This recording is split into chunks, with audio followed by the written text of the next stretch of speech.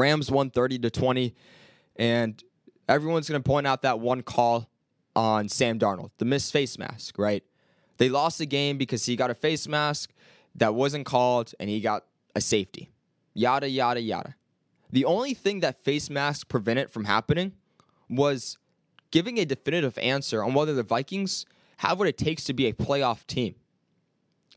The Vikings aren't really that good. When you look at their team and you look at how they perform, they kill it in the first quarter, right? In the first quarter, they're magical. They score the most points by an NFL team in the first quarter, according to the 10.6 points per game in the first quarter. But you got to think, why are they so effective in the first quarter? Well, it's because Kevin O'Connell is an offensive genius. Their first couple drives you have every single game. They're scripted, right? It's based off of what we saw in film and saying, okay, this is a hole that we can exploit. This is another area we can exploit. And Minnesota and Kevin O'Connell understand how to read those scenarios and read the defenses and put the Vikings in areas to succeed, whether that's finding Jettas or handing the ball up to Aaron Jones. But once that first quarter ends, the Vikings offense really plateaus. In the last 4 games, the Vikings have done diddly squat in the second half. They've been horrible when it comes to the second half performances. When you look at this, or last night against the Rams, they scored 6 points in the second half. Last week against the Lions, they scored 19, but the Lions were missing their best player, Aiden Hutchinson, and it was their first time having to adapt to this loss of Hutchinson on their defense. 2 weeks ago, they played the Jets. They scored 6 points in the second half. And then they played the Packers the week before, and they scored 3 points in the second half.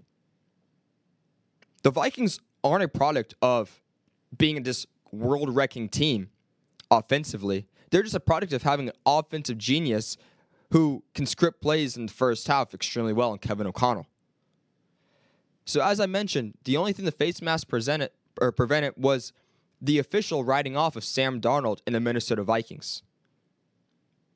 Because we could have seen a 2-minute drill from his own 5-yard line. Unfortunately, we didn't see it, and now the Vikings, they have the schedule to make the playoffs, per se, but are they actually a good team? Not by any means. Are they better than the Packers or the Lions? Not by a mile. Are they better than the Bears? I'd say so, but still, I don't know. It's a toss-up. The Vikings aren't a good team. They really aren't. But on the other side, let's look at the Los Angeles Rams. What a big victory for Sean McVay and Matthew Stafford. Before the game began, it was looking like they were going to be sellers. Cooper Kupp, his name was on the trading block.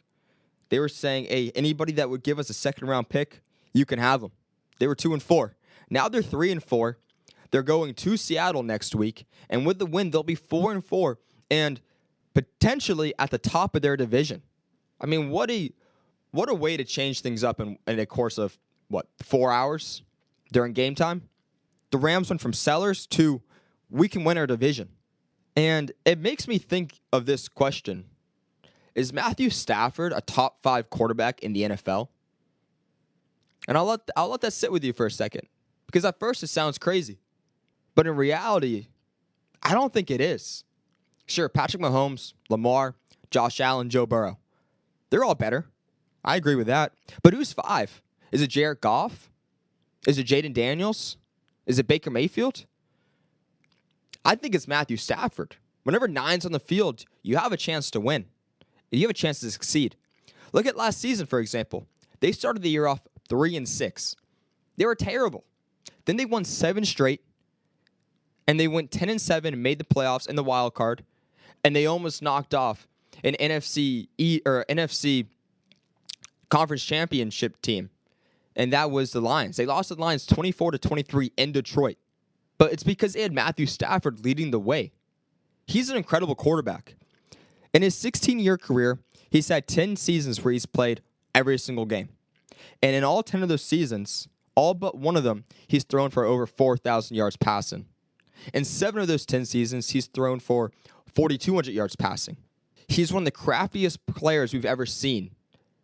Patrick Mahomes gets all the love for these arm slots and his mobility in the pocket despite being, let's just say, not an agile person. But Matthew Stafford was doing it before him and continues to do it now. Just look at the second drive the Rams had. He was dead to rights in the pocket. He was about to be sacked by the Minnesota Vikings and Jonathan Grenard. But he got out of the pocket, rolled left, found Cooper Kupp in the end zone to tie the game. Matthew Stafford is that guy, and he's a top 5 quarterback. The Rams are legit, and it's crazy how things can switch up. It went from Cooper Kupp's on the trading block to Sean McVay, their head coach, saying, I'm really glad to have Cooper Kupp back with us, and I expect it to stay that way.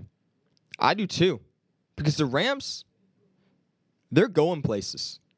And you got to think, they won against the Minnesota Vikings, who have one of the heaviest blitzing teams under Brian Flores, with arguably the worst offensive line in football. Their center was terrible. Their left tackle was terrible. They have 3 starting linemen out. Steve Avila, Joe Noteboom, Jonah Jackson. But they're all supposed to be back week 10. So after that Seattle game, they host the Dolphins, and their whole O-line will be healthy.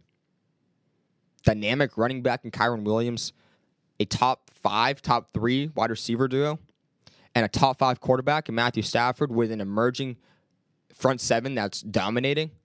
Give me the Rams to win the division. Just crazy how things can change just like that.